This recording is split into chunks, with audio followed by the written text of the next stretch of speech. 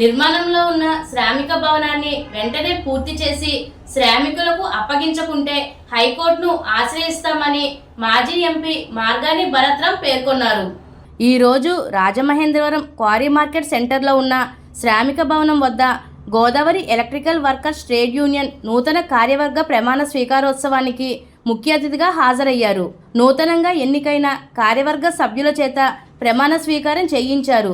ఈ సందర్భంగా ఆయన మాట్లాడుతూ నూతన కార్యవర్గంలో అధ్యక్షులుగా ఎన్నికైన బొజ్జ రామకృష్ణకు, కార్యదర్శిగా ఎన్నికైన శ్రీనివాస్ బుజ్జీలకు ఆయన శుభాకాంక్షలు తెలిపారు. ఆయన హయాంలో శ్రామిక భవనం నిర్మాణానికి 1800 గజాల స్థలాన్ని కేటాయించి భవన నిర్మాణానికి 1 కోటి రూపాయలు మంజూరు చేసినట్లు తెలిపారు. కూటమి ప్రభుత్వం ఎన్నికై 2 సంవత్సరాలు కావస్తున్నప్పటికీ శ్రామిక భవనం నిర్మాణం చేయకపోగా శ్రామికులపై నిందలు వేస్తుందని విమర్శించారు. ఈ సందర్భంగా Godavari electrical workers trade union అధ్యక్షులు బొజ్జ రామకృష్ణ మాట్లాడుతూ నూతనంగా ఎన్నికైన Godavari electrical workers trade union 2026 నుంచి 2028 వరకు నూతన కార్యవర్గం పనిచేస్తుందని తెలిపారు. నూతన కార్యవర్గాన్ని ప్రమాణ స్వీకారం చేసేందుకు మాజీ ఎంపీ మార్గాని భరత్రాం రావడం ఆనందదాయకమని అన్నారు. శ్రామిక భవనం వెంటనే నిర్మించాలని డిమాండ్ చేశారు. శ్రామికులకు ఈఎస్ఐ ప్రతిపాదన చేసిన ఏకైక సంస్థ Godavari electrical workers trade union మాత్రమేనని అన్నారు. ఈ కార్యక్రమంలో గౌరవ సలహాదారులు Bora Venkata Gopalakrishna Reddy, president Bojja Ramakrishna, vice president Veeravalli Gangacharyulu, secretary Asupu Srinivas Bujji, joint secretary Govada Kondababu, treasurer Sarvakota Lakshmana Rao, joint treasurer Sudarshan Shanmukham, standing committee chairman Amudalapalli Kameswara Rao, organising committee secretary Seemala Veerabhadra Rao, convener Golagani Vijaya Bhaskar, committee chairman Palaparthi Appa Rao, committee మెంబర్లు చందు, ఊర్ల శ్రీరాములు, గొల్ల రవి, నీలాద్రి సురేష్ కుమార్, నిమ్మలపూడి రవివర్మ, బల్లా హేమంత్, జనిపే పూర్ణచంద్రరావు, గడ్డం ప్రసన్న కుమార్, పోలిపల్లి విజయ్ కుమార్, దల్లి నాగబాబు తదితరులు పాల్గొన్నారు. అందరూ ఇలా చూడండి సార్.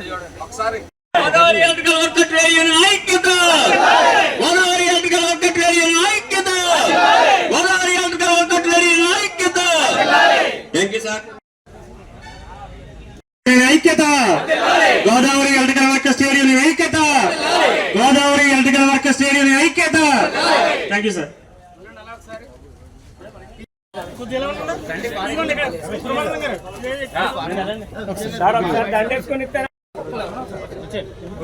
రామకృష్ణ గారు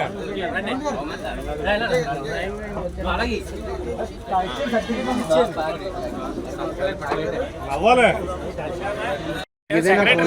అందరూ ప్రెసిడెంట్ గారు మేడం అంగిపోయేలాగా వేస్తున్నారా కమ్మెట్టారు.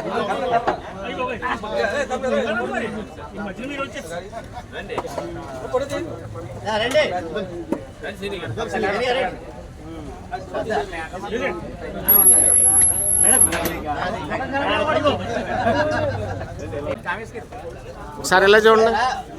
Godavari electrical workers trade union ఇవాళ కార్యవర్గము నూతన కార్యవర్గాన్ని ఎన్నుకోవడం జరిగింది. బొజ్జ రామకృష్ణ గారిని ప్రెసిడెంట్గా, అదేవిధంగా శ్రీనివాస్ గారిని సెక్రటరీగా ఎన్నుకొని వీళ్ళు సుమారుగా 800 మంది కార్యవర్గం ఉన్నారు. వీరందరూ కూడా శ్రామికులు తరపున పోరాటం చేస్తూ ఉన్నారు. ఇక్కడ రాజమహేంద్రవరంలో గత ప్రభుత్వంలో మా హయాంలో సుమారుగా 1800 గజాలతో 1 కోటి రూపాయలు ఎంపీ ల్యాడ్స్ నుంచి ఇక్కడ శాంక్షన్ చేసి శ్రామిక భవన్ని నిర్మాణం చేయాలని ఒక దృఢ సంకల్పంతో ముందుకు తీసుకురావడం జరిగింది. కూటమి ప్రభుత్వము వీళ్ళు వచ్చిన తర్వాత ఈ యొక్క శ్రామిక భవన్ని శ్రామికుల కడుపు కొట్టే కార్యక్రమము ఈ కూటమి ప్రభుత్వం చేస్తాం. 2 సంవత్సరాల కాలంలో కనీస పక్షాన ఏ రకమైన పని చేయకపోగా వీళ్ళపైన నిందలేసే కార్యక్రమం ఏంటంటే ఈ యొక్క భవనము నివాస యోగ్యం కాదు, ఇక్కడ బిల్డింగ్ కట్టేదానికి ఉపయోగపడదు అని చెప్తా ఉన్నారు. నేను అడుగుతా ఉన్నా, సూటిగా ప్రశ్నిస్తూ ఉన్నా. దీనికి ఆనుకునే కదా అన్నా క్యాంటీన్ ఉంది, దానికి ఒక స్లాబ్ వేశారు. ఇక్కడ కూడా అదే రకంగా ఒక స్లాబ్ వేయండి. దీనికి G+2 పర్మిషన్ ఇచ్చింది ఎవరు? Municipal corporation.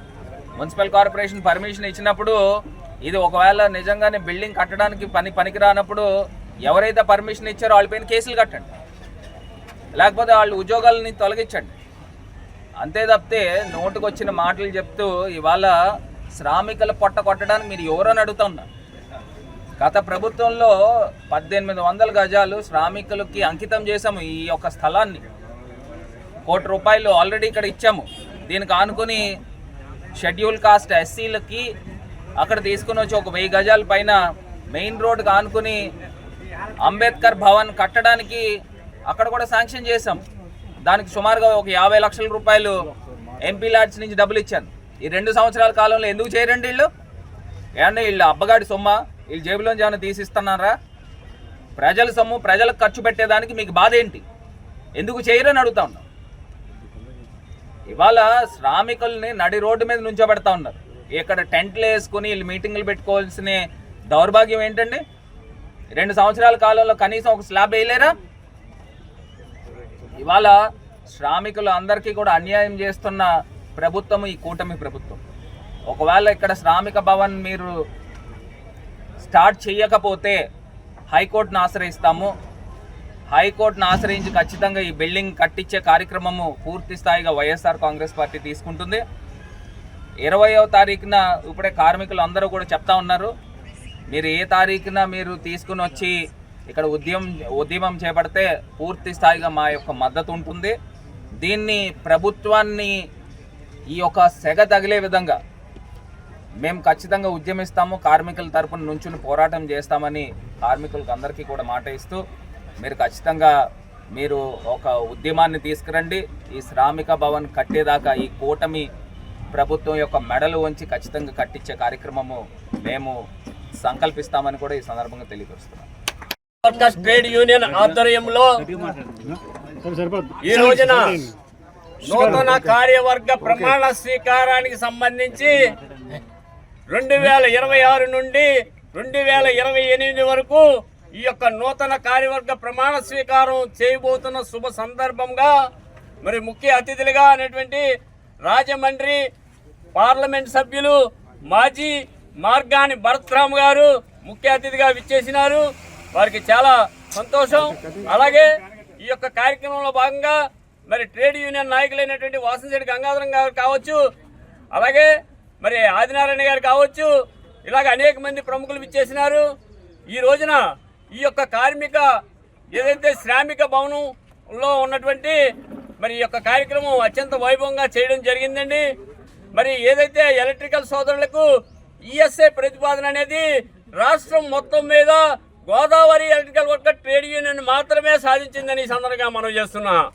అలాగే మరి కార్మికులకు మరి గౌరవ ముఖ్యమంత్రి వర్యులు నారా చంద్రబాబు నాయుడు గారు 4 వరాలు ప్రకటించి ఉన్నారు. కానీ అది ఈ మార్చి 1వ తారీఖు నుంచి అమలు పెడతామన్నారు.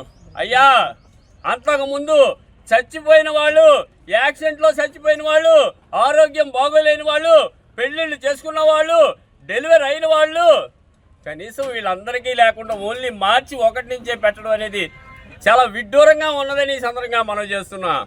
అలాగే మరి కార్మికులకు 46,000 క్లెయిమ్స్ని మూత వేసి ఉన్నారు. సంక్షేమ బోర్డు ఉండి 46,000 క్లెయిమ్లు ఎక్కడికి వెళ్ళిపోయినాయి? అలాగే సంక్షేమ బోర్డు చైర్మన్ గారు వచ్చి ఉన్నారు, ఇంతవరకు కూడా డైరెక్టర్లు వేయలేదు. అలాగే అది కూడా పూర్తి చేయాలని, ఈ 46,000 క్లెయిమ్స్ను వెంటనే దీన్ని అమలు చేయాలని డిమాండ్ చేస్తున్నాం. అలాగే శ్రామిక భవనం విషయానికి వచ్చేటప్పటికి మరి ఎంతోమంది అధికారులని, ఎంతోమంది ప్రజాప్రతినిధులని 2014 నుంచి కూడా 2026 వరకు కూడా ఇదే ప్రయాణం చేస్తూ కార్మికులకు నడ్డి విరిచే ప్రయత్నం చేస్తున్నారు. ఇప్పటికైనా కూడా దౌర్భాగ్యం ఏమిటయ్యా అంటే రాజమహేంద్రవరంలో ప్రతి ఒక్క శ్రామికుడు కూడా ఎండనక వాననక రే అనక పగలనక ఇలాగ నడి రోడ్ల మీదే ఒక మీటింగ్ పెట్టుకోవాలంటే ఎంత సిగ్గు చేయటని ఈ సందర్భంగా మనం చేస్తున్నా. మరి ₹1 కోటి నిధులిచ్చి మార్గాని భరత్రామ్ గారు ఒక బేస్మెంట్ కావచ్చు, పిల్లర్స్ కావచ్చు అలా వేసి వదిలేశారు. మరి ఈనాడు కూటమి ప్రభుత్వం వచ్చింది, దీన్ని స్లాబ్ వేయమంటే కింద కూలిపోతుంది, కింద కన్నం పడిపోతుందని రకరకాల కథనాలు చెప్తున్నారు. అయ్యా మేము ఒకటే అడుగుతున్నాం, వాళ్ళు జన్మిచ్చారు, జీవం ఇచ్చారు, మీరు బట్టలు లేకుండా మాకు కార్మికులు చేస్తున్నారని ఈ సందర్భంగా మనం చేస్తున్నాం. మీరు నిజంగా కానీ స్లాబ్ వేసి కార్మికులకు అంకితం చేస్తే పేరు మీకు ఉంటుంది.